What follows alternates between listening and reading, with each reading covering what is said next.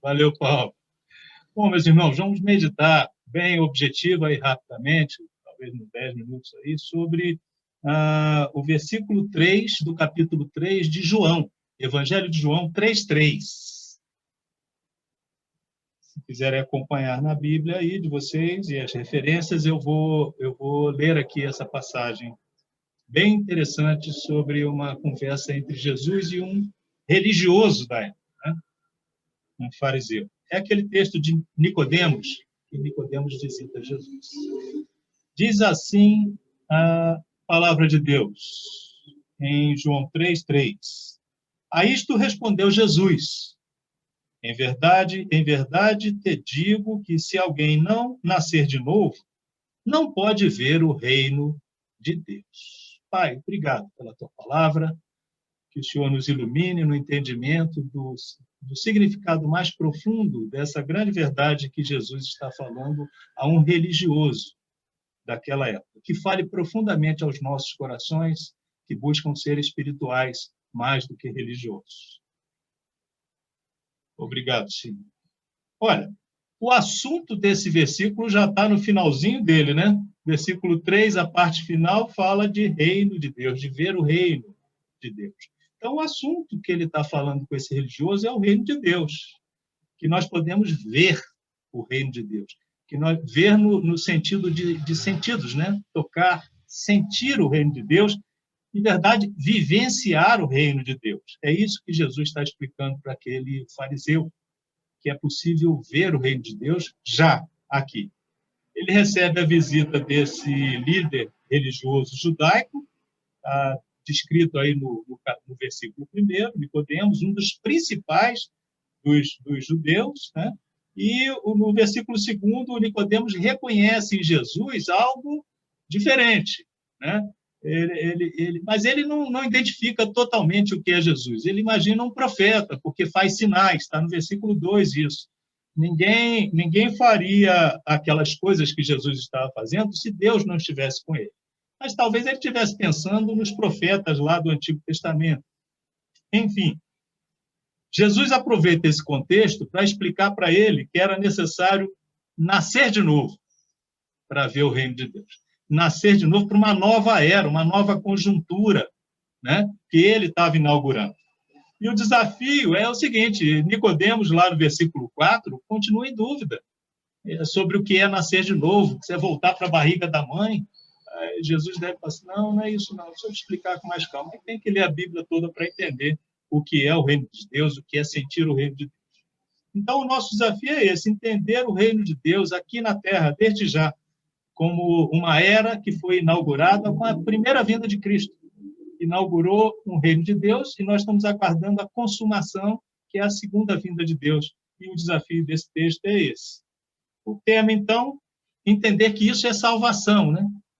Fala de reino de Deus, fala de paz com Deus, isso é salvação. Então, o tema que eu botei para a minha tese aqui hoje é: o reino de Deus é a nossa salvação. Significa a nossa salvação. E Jesus explica isso para Nicodemos, para um religioso, com 3 argumentos. O primeiro argumento é que ele está falando a verdade. A verdade, né?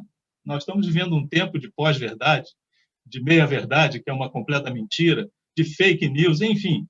O reino de Deus é a nossa salvação pela verdade de Cristo. Ou seja, onde está a verdade de Deus? Nas Escrituras Sagradas. Vamos procurar em outro lugar, né? E o início do versículo 3 diz assim: a isto respondeu Jesus, ou seja, a interpelação de Nicodemos, de que ele era especial, respondeu Jesus, aproveitando a deixa para explicar algo mais profundo. Jesus diz assim: em verdade, eu te digo que. Então, esse é o início. Ele está baseando o que ele vai falar, que aquilo é verdade. É a verdade que ele veio trazer. Essa expressão em verdade aparece diversas vezes, os irmãos devem ver aí no Novo Testamento, mas em João é curioso que é uma porção dobrada, né? Em verdade, parece repetido, é como se fosse assim: atenção, porque isso é muito importante. Tá fazendo a introdução a um assunto solene, né? Uma declaração solene. Biblicamente, quando você fala em verdade, é porque vai haver alguma coisa bem importante. Imagina aquele estagiário sendo orientado pelo chefe e chega na hora de mexer nas coisas do chefe supremo, vai falar, atenção, já presta atenção. Em verdade, eu te digo, não toque nessa mesa que é a mesa do chefe. Então, é algo mais ou menos assim. Uma, uma coisa bem enfática, a verdade que ele vai dizer assim. E a gente, num tempo que a gente está vivendo de verdade relativa, né? Você não sabe nem se você é homem ou se é mulher, se nasceu independente. Rapaz, né? Tá uma complicação. É muito melhor se a gente crer numa verdade como verdade absoluta. E essa é a visão cristocêntrica da Bíblia, que a verdade é em Cristo. Graças a Deus, a gente não precisa ficar em dúvida, né? Para aqueles que creem, né? Então, o desafio, nosso desafio, foi o desafio lançado lá para aquele fariseu, é buscar essa verdade de que aqui é o reino de Deus, inaugurado por Jesus, buscar isso na Bíblia. É o que nós temos que fazer todos os dias, nós estamos fazendo aqui agora, aprofundando o conhecimento nessa verdade. O próprio, mais adiante, Jesus diz em João 8,32, o famoso versículo, hoje está na boca de muito político, e conhecereis a verdade vos libertará. Né? Na realidade, o uso político disso é a verdade das falcatruas do governo anterior ou de outros governos, mas, biblicamente, é a verdade de que Jesus veio para inaugurar um novo reino, uma nova era. Essa é a verdade que liberta. Então, o primeiro argumento de Jesus é de que ele está falando a verdade. O reino de Deus é a nossa salvação pela verdade em Cristo. Ele nos liberta por isso. Mas Jesus ainda usa um outro argumento para convencer ali, ou para explicar isso ao Nicodemos, e a mim e a você também. Que o reino de Deus é a nossa salvação porque é promessa, e a promessa se concretizou em Cristo. Então, o reino de Deus é a nossa salvação pela promessa em Cristo desde o anúncio do Messias lá no Antigo Testamento, né? Então, a parte do meio do versículo diz assim, versículo 3b, digamos assim, se alguém não nascer de novo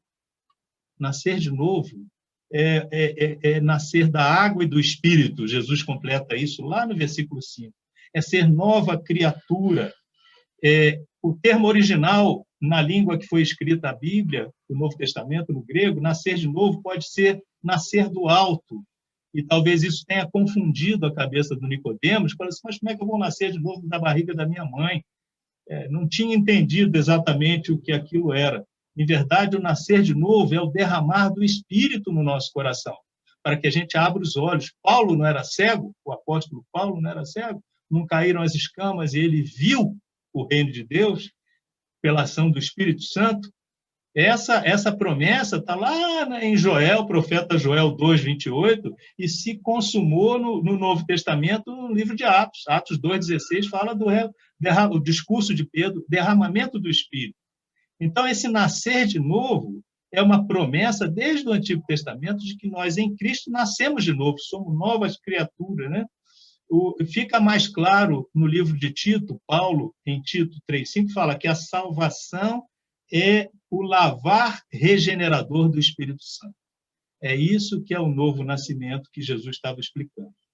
E novo nascimento significa você é uma nova criatura, você é outra pessoa, você não manifesta mais os desejos da carne, né? Então, existe um bom parâmetro para a gente fazer uma avaliação se a gente é nascido de novo, né?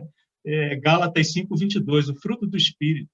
Como é que está o seu sentimento de amor, alegria, paz, longanimidade, benignidade, bondade, fidelidade, mansidão, domínio próprio? Eu estava andando aqui em Águas Claras outro dia, veio um motoboy e me fechou, quase que eu peguei ele. Eu perdi o domínio próprio. É pela misericórdia de Deus que nós nos mantemos nessa salvação. A gente é por misericórdia e graça que somos salvos, e para nós sermos santificados a cada dia, nós precisamos desse lavar regenerador do Espírito Santo todos os dias. Será que a gente passa no teste? Todos os dias? Não. Graças a Deus. A gente peca, mas onde há pecado, superabunda a graça de Deus. Nós nascemos de novo e somos salvos pela graça de Deus, e isso é uma promessa de Deus, desde o Antigo Testamento. Mas o derradeiro argumento que Cristo usa para falar do novo nascimento para aquele fariseu é que aquilo era regeneração. Nós nascemos do ventre materno e somos regenerados. Nós nascemos de novo pela ação do Espírito Santo, quando nos convencemos da verdade de que Jesus é Filho de Deus e veio para inaugurar uma nova era. Então, no final do versículo que nós lemos, fala assim, em verdade, eu te digo que se não nasceres de novo, não pode ver o reino de Deus, não pode sentir o reino de Deus, não pode vivenciar. Isso é importante porque, se acontecer isso, então a gente, desde já, se nós formos regenerados desde já, nós podemos sentir o reino de Deus, nós podemos viver o reino de Deus. E vamos ficar brigando contra a carne até a nossa morte, até a glória. Mas, pela graça de Deus, nós somos regenerados a cada dia, cada vez melhor. E isso é o processo de santificação, né? E isso mostra que o reino de Deus, que era lá no Antigo Testamento um reino restrito a pessoas, né? O povo de Israel, a Palestina, com Cristo não. Com Cristo, o reino de Deus veio para todos os povos e nações. E é isso que a gente tem que fazer, pregar esse evangelho a todos os povos e nações, né? Então, nós estamos aqui como peregrinos, né? Nós estamos aguardando esse reino que virá, mas já podemos desfrutar dele agora, desde que a gente não se apegue às coisas desse mundo. Não é fazer voto de pobreza, não. É desde que a gente tenha prosperidade para compartilhar com os irmãos, e não a prosperidade em si mesma, por si mesmo, né? Isso é amor ao próximo, né? Paulo, em Colossenses 3:2, o apóstolo Paulo diz assim, pensai nas coisas lá do alto, pensai no reino de Deus. Nós estamos aqui, mas nossa cabeça está no reino de Deus. Então, o reino de Deus é a nossa salvação, em terceiro lugar, pela regeneração que Cristo nos traz através do Espírito Santo. Concluindo, o reino de Deus é a nossa salvação, porque é uma verdade em Cristo, uma verdade que liberta, uma verdade fundamental. Cristo nos liberta das coisas desse mundo, das circunstâncias desse mundo. O reino de Deus é a nossa salvação porque é promessa do derramamento do Espírito, do nascer de novo pelo Espírito, e isso pode ser desde já, que aí a gente vive apesar das circunstâncias da Covid, da doença terminal, de qualquer coisa, porque a nossa cabeça está no reino do céu. Nós temos certeza da nossa salvação. E o reino de Deus é a nossa salvação pela regeneração em Cristo. E só através dessa regeneração é que a gente pode ver e sentir o reino de Deus e a vida eterna. Cristo inaugurou o reino de Deus nessa terra quando ele veio a primeira vez. E nós estamos vivendo entre a primeira e a segunda, com fé na promessa de que ele virá para nos resgatar. Ou nós iremos antes, ou ele virá antes para resgatar a sua igreja, aqueles regenerados pela ação do Espírito Santo. Engraçado, né? Jesus estava falando isso com um religioso, né? Um religioso.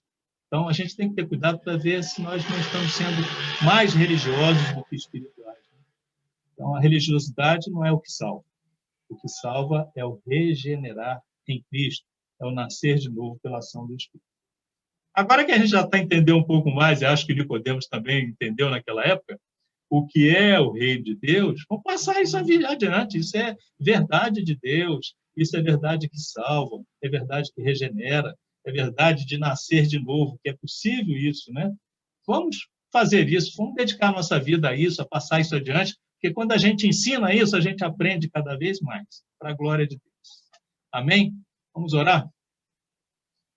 Deus Pai Todo-Poderoso, muito obrigado, Pai, pela Tua palavra que nos ensina tanto das coisas do Senhor, das coisas lá do alto, nos ensina que podemos ser regenerados, isso é uma promessa, isso é uma verdade que nós temos, num mundo tão incerto de meias verdades que são completas mentiras. Ilumina o nosso pensamento, ilumina a nossa vida, abençoa cada um dos que estão aqui com essa verdade, Pai, pelo poder do Santo Espírito, em nome de Jesus é que eu oro. Amém.